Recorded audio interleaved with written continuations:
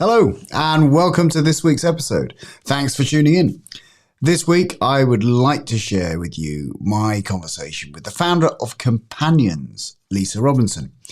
Companiions is a fairly new service that allows people to find support, assistance, and company for themselves or a loved one, helping them to stay connected. It really is an innovative solution for those with elderly parents or family members who they feel might be a little isolated, but not yet ready for full-on personal or medical care per se. What they really need is companionship, and you will tell from our chat that I'm really convinced this is a valuable service. In our conversation, Lisa explains her inspiration for setting up Companiions after a number of years working for Amazon and Sky. We also chat about how the service works and the kind of people who can offer companionship or may be looking for it. This is a great listen for anyone concerned about themselves or someone they know becoming a little isolated or lonely, and indeed anyone who feels that they could offer companionship to others. It really could be a nice little part-time job. I hope you enjoy my conversation with Lisa Robinson. And thank you for the 5-star review of the podcast, Lisa. Welcome to the Retirement Cafe podcast, Lisa Robinson. Thank you for having me. Nice to meet you, Justin. Nice to meet you, Lisa. Now, I'm very excited what you're up to, because when I came, and I do apologise, but I can't remember where I came across your organisation, Companiions, where I went, wow, that's just an amazing service for something that I see being a big kind of hole and problem in the retired community that I work with. So tell me about yourself. Tell me about Companiions. Yeah, for sure.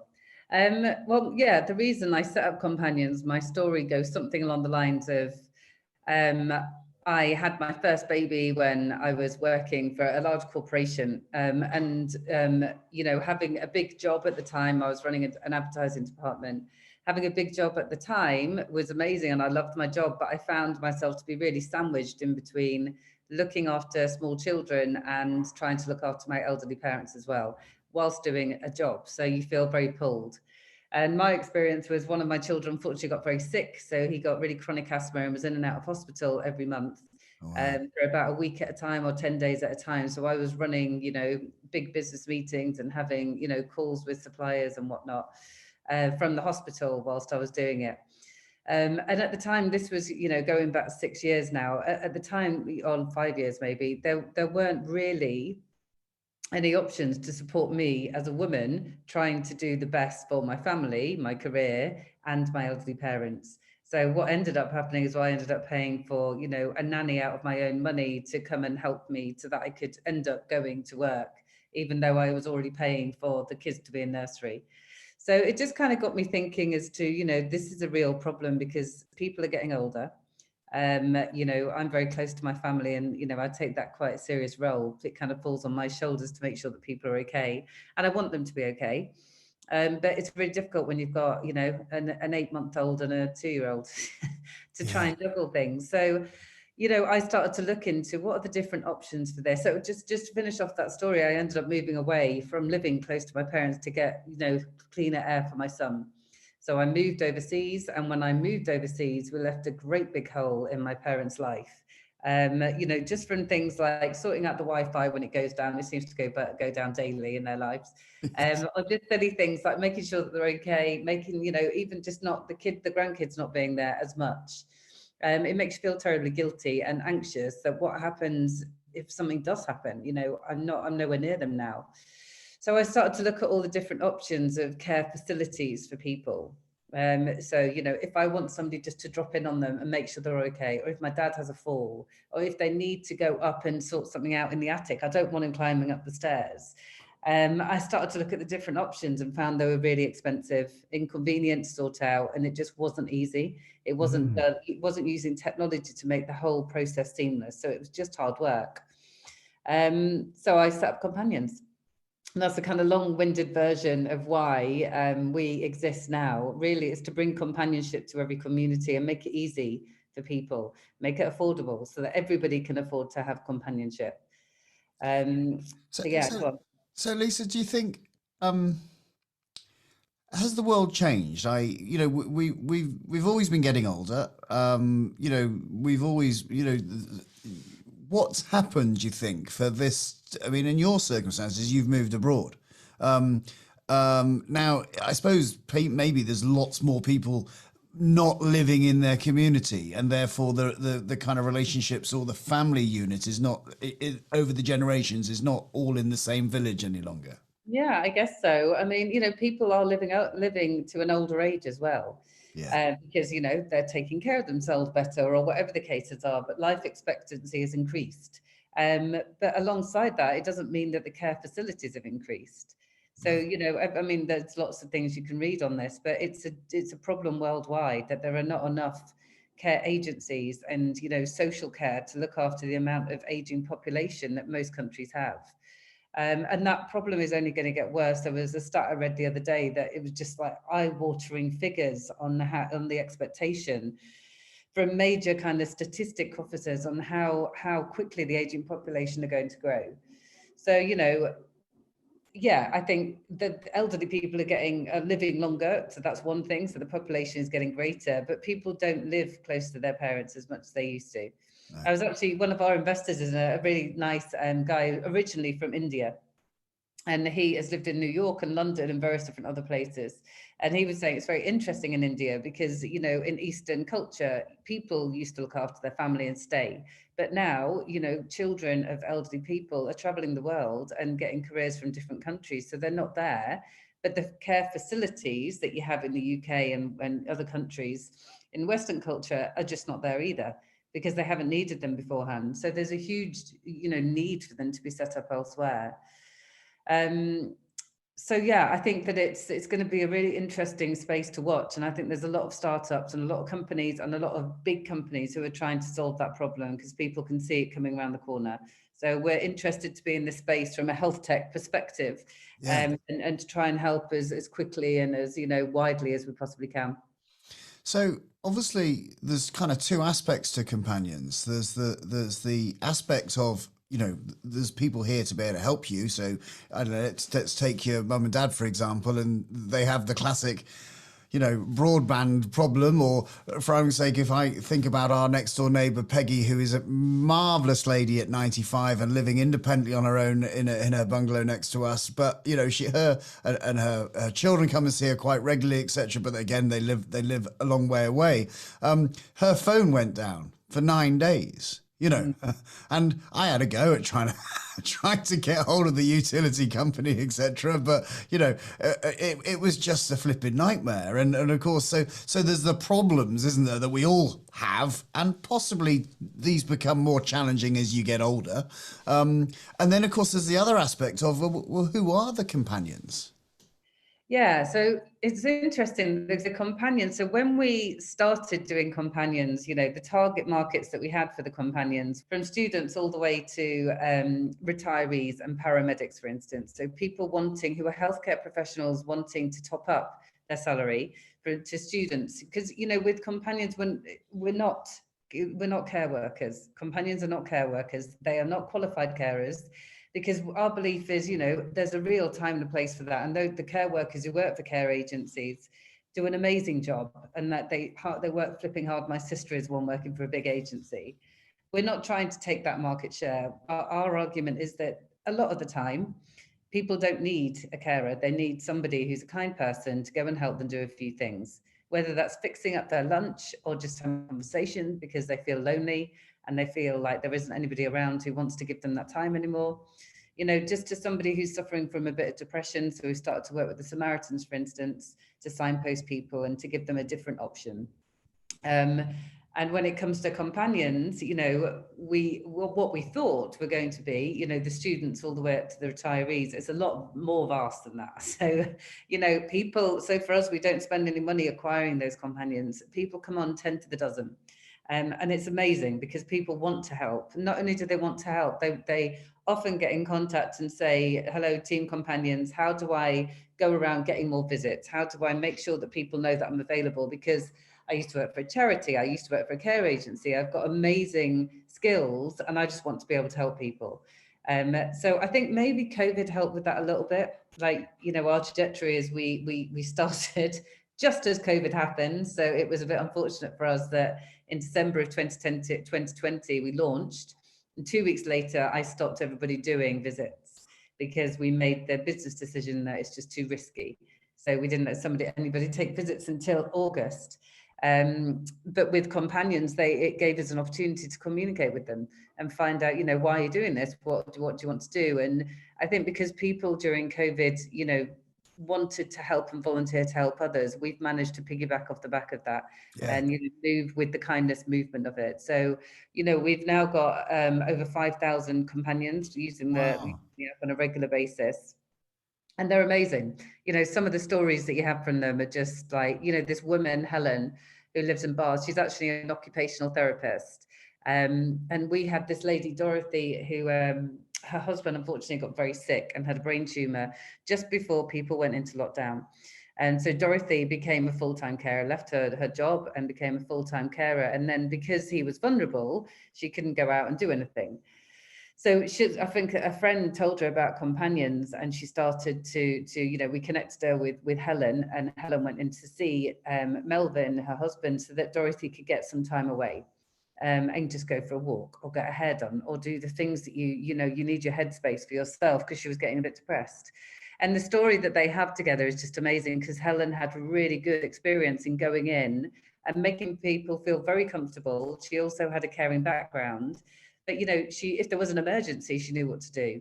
So, you know, that meant that Dorothy, the organizer, could go off and have that time and space to herself. So, yeah, there's just, I mean, and those stories, you know, that's what gets us out of bed in the morning. The amount of people that we're helping from all walks of life. It's, you know, Dorothy, whose husband, so, you know, that's a couple, and Dorothy's a little bit older than our average customer.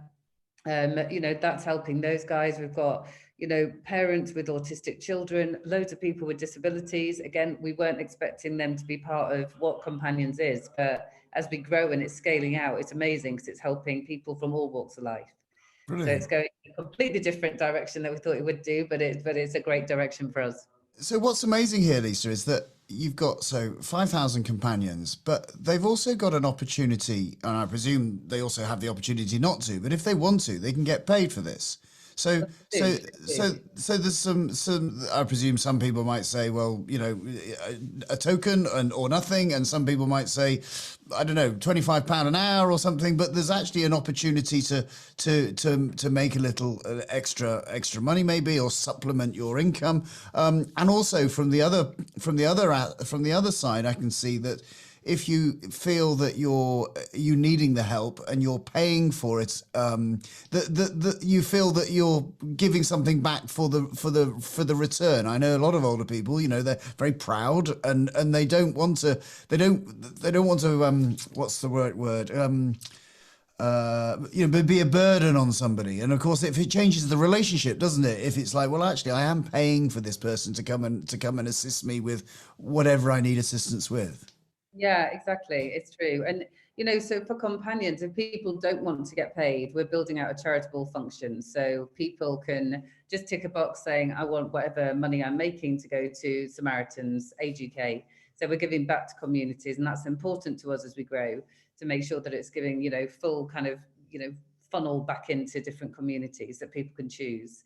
And the same with corporate responsibilities teams. At the moment, we're really building our B2B business. So any companions that come in through corporate responsibility teams, that will go back into the charity donation sector of our business. But with the loved ones, you know, that generally on a general rule, well, not general rule, but generally speaking, it's somebody like me who books it for my dad, because my dad's going up a ladder to clear the leaves off the roof, or whatever the case is. Or I want them to go in and make dinner for them, or whatever the case is. So actually, you know, they don't mind that, because it's kind of a treat, because my mum doesn't have to cook dinner, for instance, you know. So it's really just getting the language right to make sure that people don't feel like it's charity. You know, it's actually, you know, somebody coming in to help out, and it's a paid for service. Or, you know, if people we've had somebody who was really into chess, and the son didn't know how to play chess, so he ended up paying a companion to go in and play chess with him. just really simple things like that. And then, you know, the dad was great. I want to, you know, I'm happy to play chess with somebody because you're rubbish. So that worked for him. But, you know, I think it comes down to, you know, what we're talking about when we're talking about companionship is making sure that people have somebody there for them. Yeah. So, you know, the care agencies, you know, they charge more than what we charge on Companions. So our rates, the Companion sets their rate depending on their experience. So if they're a student, it's 12. If you're a full-time healthcare professional, it's up to 25. So it's still, you know, they're still a lot cheaper than it would cost to go through a care agency, but you don't get that level of care. You know, they're not carers, they're people who can go in and help you out and just be a good friend and person. Yeah, amazing. Well, I'm loving every moment of this because I know I see it all the time that people are having more isolated lives, and even if they're very, very capable, and especially have been very capable in their lives, all of a sudden, without a doubt, you know, we become a little bit more fragile as we get older. And as you're right, going up ladders and cleaning gutters is, you know, maybe not the right thing to do. In fact, I'm 52 now, and I was chainsawing up some wood this weekend. And I was thinking to myself, you know, and I'm pretty safety conscious, and I've got all the right gear on, etc. And I was thinking to myself, I wonder how long I will be doing this for, and at what point you go, you know what, it's the wrong thing to be doing, to be picking up a chainsaw. Yeah. So to have someone to come and assist you with that, and to, you know, and to talk you through, you know, whatever you're doing, I think would be is a remarkable solution. Yeah, and it's you know, it's since we've come out of lockdown, so you know, since January we've really seen the numbers rise up. So the amount of people getting in contact, the registrations, the visits are going through the roof at the moment. For a whole bunch of reasons. Like I say, it's not just for elderly people, you know, that's our primary market, but it spans a lot wider than that. So yeah, I think people want to not be stuck in that place, especially for people who are the parents, who are the children of elderly people. They want to be there for them whilst they're also managing their own life, trying to do a career, and also got young children. So you're just kind of giving them an extra, you know, set of hands to help out and take the burden off them. And of course, I think for the companion aspect, for being a companion, I mean, there's a huge opportunity to be interacting with more people, making new friends, doing more stuff, you know, and therefore great for your own mental health. Yeah, exactly. And a lot of the companions say that as well. You know, they get so much out of it from a positivity perspective because they've gone along. Some got paid, or everybody, you know, if they want to get paid, they get paid. If they want to keep that cash and not give it back to charity, and they've gone and helped that person. You know, they walk out of there knowing that they've helped somebody and just had that communication. Yeah. You know, a lot of people who go and as a companion, they end up walking out. We had this amazing guy, Rob, actually. There was this 103-year-old war veteran called George, and he used to have carers who goes in three times a day, but you know, they're very busy and they're just in for half an hour doing stuff and then they're gone. And George was always complaining to his son Ashley that he felt very lonely. Ashley found out about Companions, I can't remember where from, and he ended up booking a companion, this guy called Rob, to go and spend some time with his dad. This guy, Rob, it turns out, he was, you know, in his early 30s, an 103-year-old war veteran. It so happens that this guy, Rob, is fascinated by war. So he loves all of the stories. He's read all of the war books, you know, all of the different medals. And George ends up getting out all of his medals and, you know, all the stuff that he had. And they ended up striking up this amazing friendship. When it came to lockdown and George wasn't allowed to take visits anymore, they used to catch up on the phone because they became good friends. And I think that Rob, the companion, got loads out of that relationship. Unfortunately, George passed away. And when we told Rob, he was absolutely gutted that it had happened. And, you know, I think for George, it just gave him that sense. My granddad used to always say this again. He was 103 when he passed away. You know, he just felt like he didn't have anybody who cared about his stories anymore, which is heartbreaking. You know, as his granddaughter, I used to think, God, that's awful. And, you know, having somebody like that go on and listen with intent to those stories, who's not hassled by the 3 kids that are around your ankles and trying to get everybody out the door in time. They just want to sit there and listen to you regale your stories. I mean, it's amazing for the companion and the organizer that they get the opportunity to do that, I think. Brilliant. So where does tech play a role in all of this? Yeah, so, you know, I came from Amazon. So I was at Amazon for about 8 years before I set up Companions. So kind of from a tech company, what I found when I was looking for different options for my parents is it's really clunky in the way that you go through the process of setting stuff up. And I am one of those people who likes everything to be done on an app, and I want to be able to register, go all the way through a funnel and transact in a cashless way. I don't want to use cash, and I want it to be done where I'm looking at ratings and reviews. So it's very much Amazon ecosystem. And that's what, I was very lucky that when I had the idea for this, a lot of people in my network wanted to come and build it with me, and super smart brains. So we've really built technology just to make it seamless. So you can get on there, you can register within 5 minutes, you can speak to a companion, you can message back and forth, do a FaceTime like we are within the app, see if you like them, or if they're not for you, go ahead and sort the visit out and then pay seamlessly. So we're making it easy for people to be able to manage that side of their life. And the technology that we're using, it's a full stack that's easy to go, internationally at any stage. So we spent a lot of time making sure that we've got the right APIs in place to help our growth, and the right partners as well. So we partner with Jumio and Stripe and various different companies who are going to help our growth. Brilliant. So, well, I can only imagine that our listeners, our viewers, are going to think this is brilliant, whether it's a service that they want for themselves, a service they want for their relatives, or but they want to become a companion themselves. Is there a minimum kind of amount that someone might need to engage a companion for, or be a companion? How many hours a week, or time involvement? Yeah, there's no commitments. I mean, some people do it full time, other people do it 2 hours a week. It's entirely up to them. Great. Doesn't matter to us, as long as people, as many people can be on the platform as possible. It's up to them to control their schedules and diaries. Fantastic. With no minimums. Well, where do people find out more about Companions and the work that you're doing? So if they just go on to the website, www.companions with a double I and an S on the end.com, they'll be able to download the app from either Google Play or from the App Store, the Apple App Store, and go ahead and register. They can find out all information on that website. And then for businesses, so if businesses are interested in ensuring that they are managing to retain their employees because they're not stuck in the same problem that I was, that kind of wash, I should call it. There's lots of information that we can provide on Companions for Business, which is our B2B side of the business. So, giving gift vouchers so that people can make sure that, they're saying to their team members, oh, I know that you can't make it to work because your child is sick. I know you can't make it into work. British Gas are arriving, or, you're going off to spend some time with your mum, or you need somebody to go and pick her up from the hospital. Use a companion. Here's £30 towards that.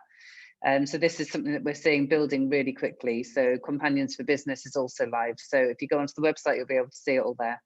Brilliant. Brilliant. Well, thank you so much for spending time with me this morning. I'm really excited about what you're doing. I think it's really serving a social need that has been desperate to be looked at for a long time. And well done you. Oh, thank you so much. Lovely to chat with you. Thank you for having us on here. A big thank you to Lisa for sharing the story of her business. And to find the show notes with links to the Companions website and where to download the app, head over to our website, theretirementcafe.co.uk.